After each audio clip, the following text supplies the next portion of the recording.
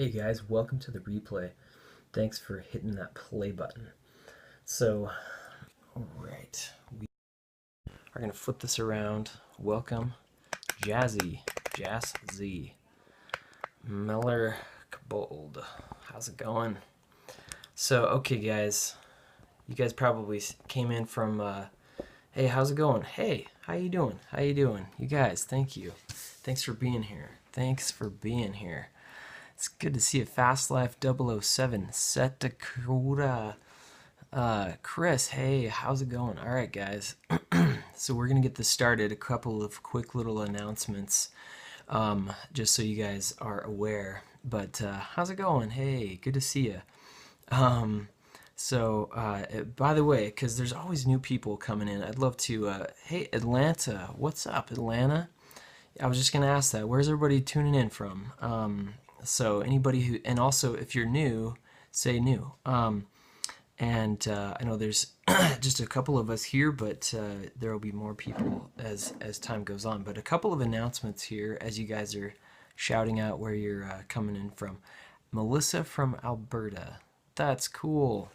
Hey, it's good to have you here. Thanks for joining. Okay, so yeah, this is interesting. I just looked at your profile, Melissa. This I think has to do with some of the things that you talked about on your intro. But hey, thank you very much. I appreciate you inviting your followers. So I read a really interesting. Hey, welcome, Lorena Holloway. I don't know how to say that, but I hope I said it right. But yeah, this is a really interesting principle, guys. That is from a Harvard Business Review (HBR) article that I read.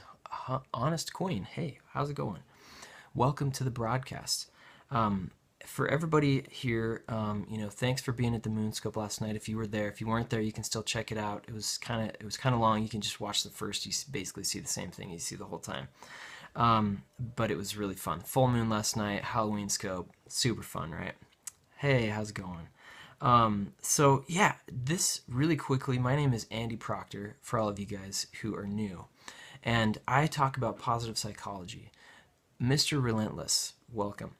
And I specifically like to implement positive psychology within social media. But I just love positive psychology, the science of happiness, guys. And I thought this was so important, this thing that I just learned today.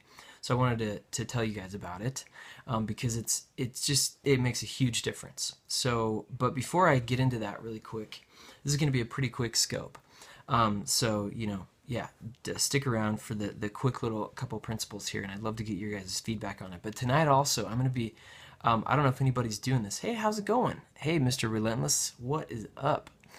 Bam, fist bump. Yeah, so tonight I'm actually going to be broadcasting myself, teaching about Periscope, doing a SWOT analysis. Oh, thank you so much, Fast Life 007. I appreciate it. I'm going to look at your name next time you pop up there. So your actual name, unless you don't have one. Fast Life, I guess that's a pretty cool name. But yeah, so this, you guys, I just want to talk about this. But yeah, tonight, if you guys want to tune in, it'll be cool because I can actually have you guys there to help me teach these people. There's a social media club at Utah Valley University, and I'm going to be presenting to them about Periscope, the strengths, weaknesses, opportunities, and threats of Periscope. And you guys probably know a lot of those, right? So hey, what's up? How is it going? Liz, good to see you. Okay, so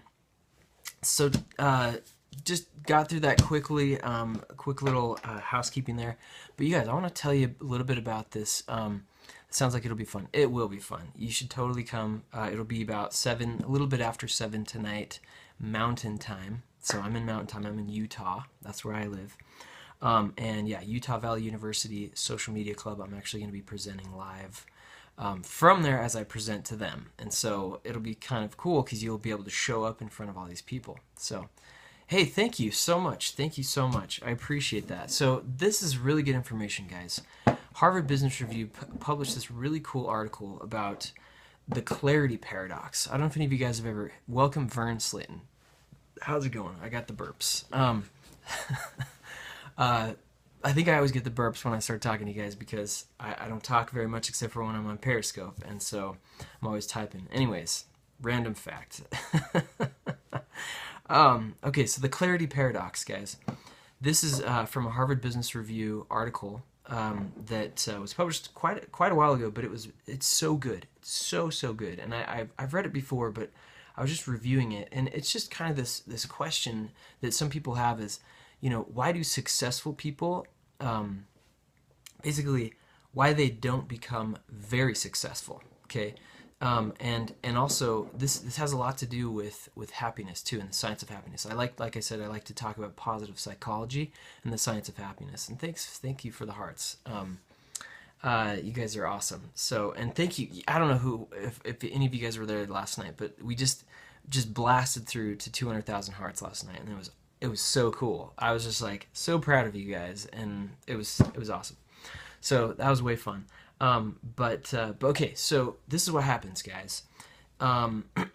Is that what happens is somebody who's really successful, they usually become successful because of four phases happen to them. Okay, they talk about these kind of four steps or phases that they go through. So the first one is that they have extremely a really good amount of focus on what their purpose is and kind of their mission, and they just just streamline, and they're super focused, and so they just keep going down that lane, and because of that focus, so that's phase one. Phase two, because of that focus, it leads to a ton of opportunities. All these doors start opening up. Have you guys ever experienced this before? So you're like really successful, you're super focused, you love what you do, right?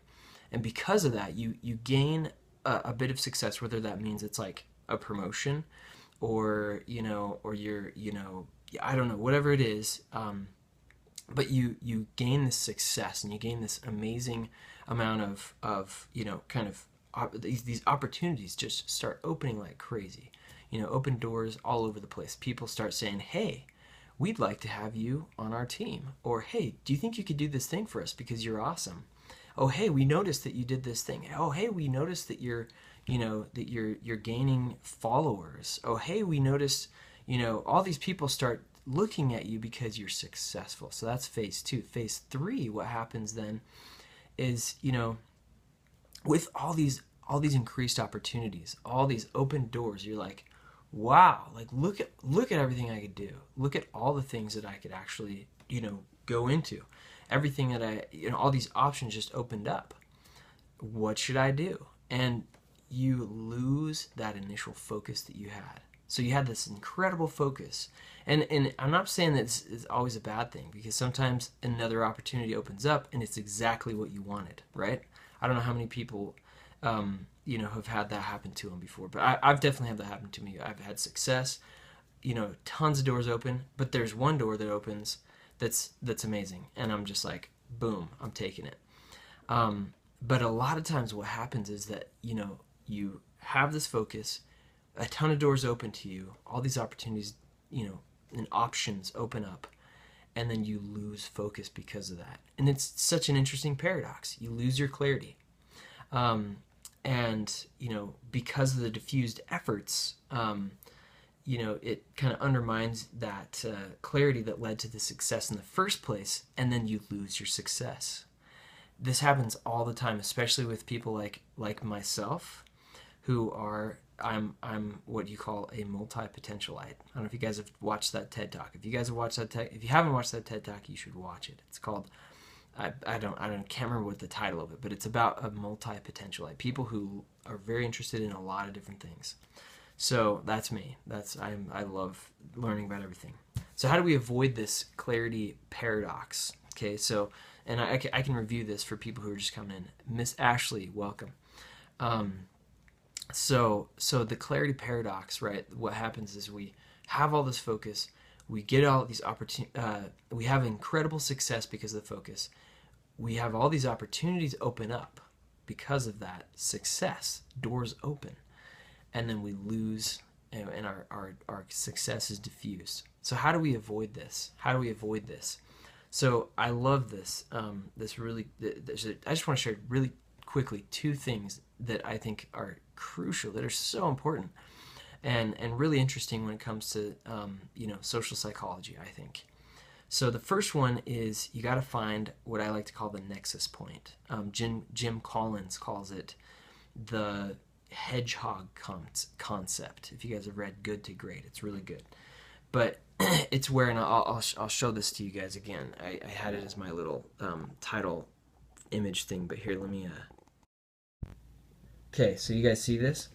So it's where the three of these things, kind of come together: talent, a need for it in the market, and then passion. So you're extremely passionate about it. You're very talented at it, and there's a need. So if you don't have that, it doesn't matter. You could be extremely talented, and you could be super passionate. You could be one of the best people in the world at whatever this thing is. The talent that you're gifted at it.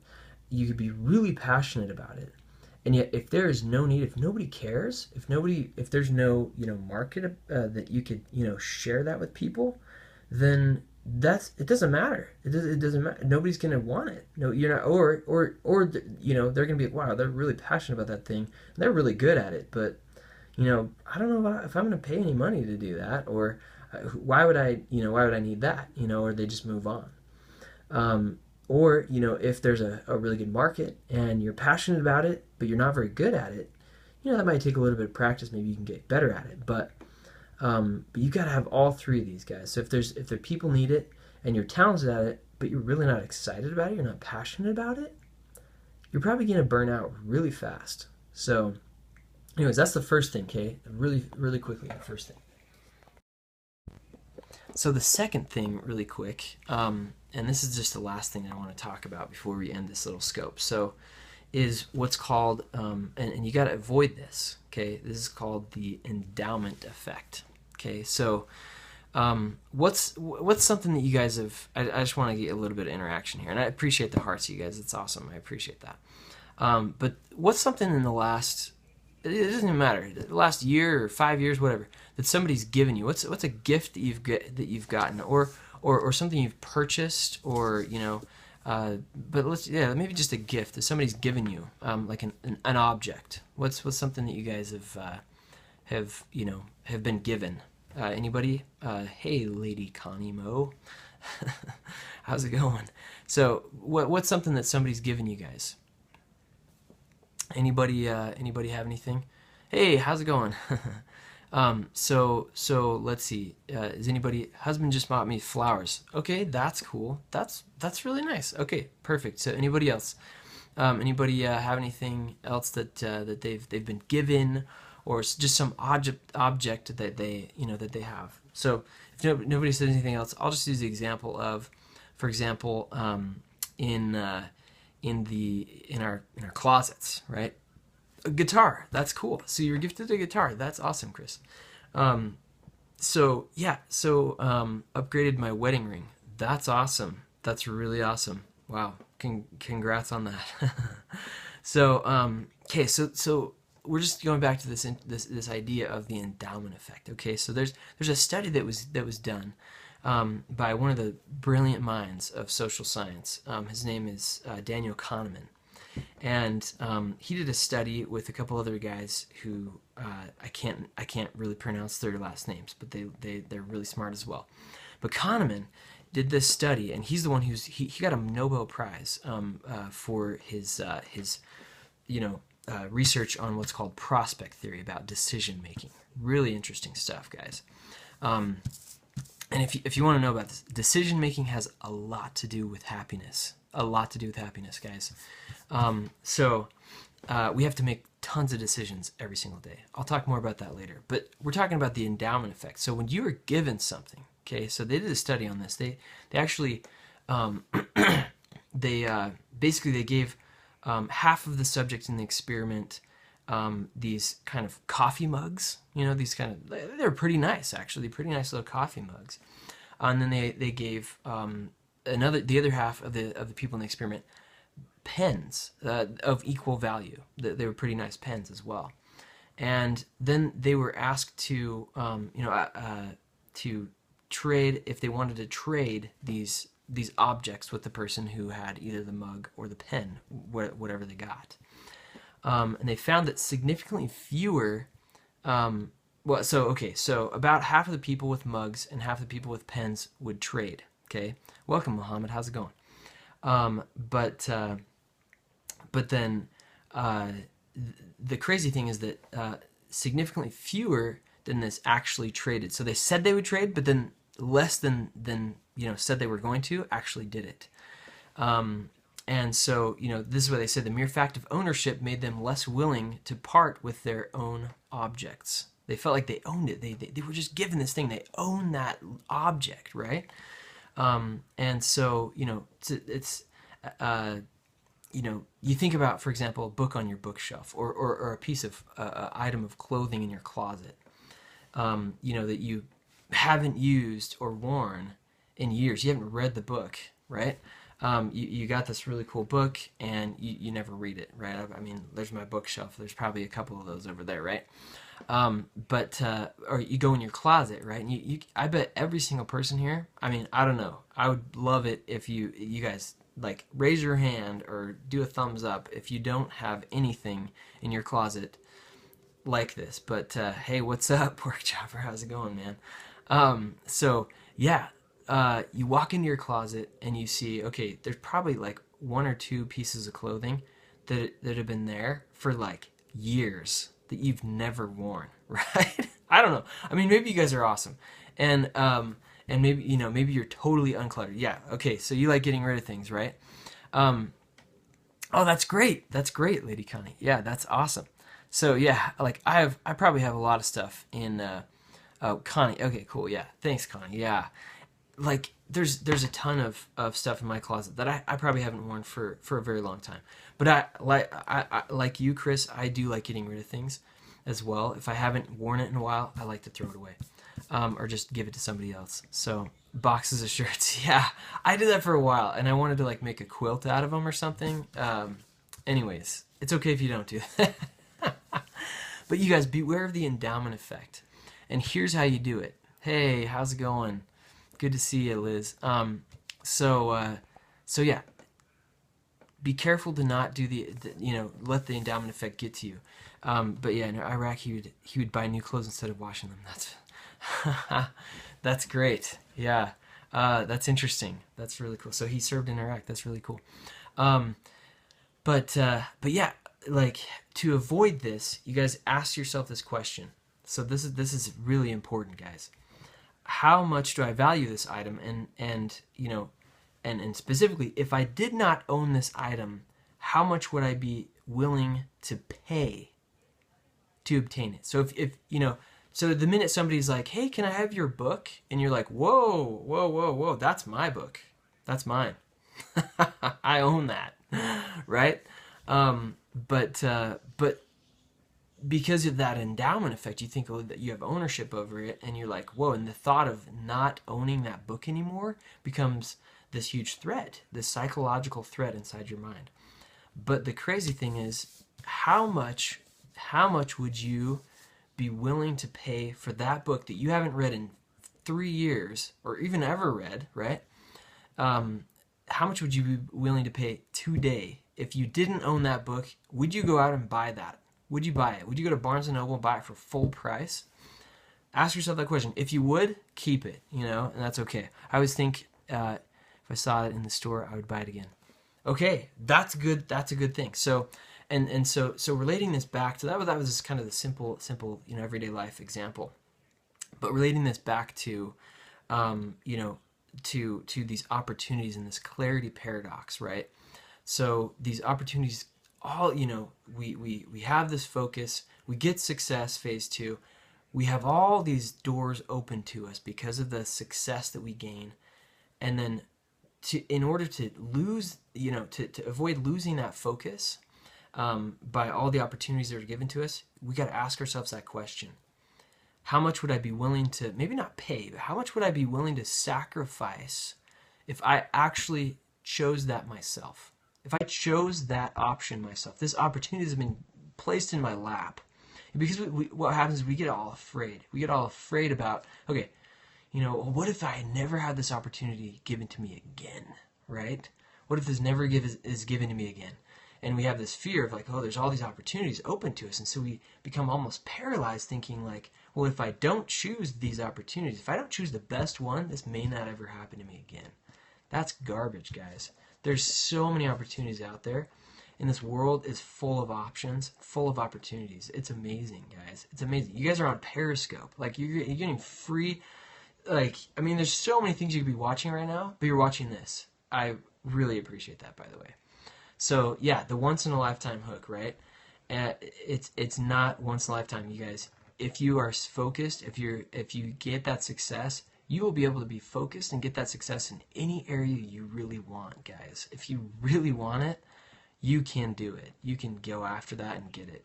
So that's just one thing I just wanted to share with you guys, the clarity paradox.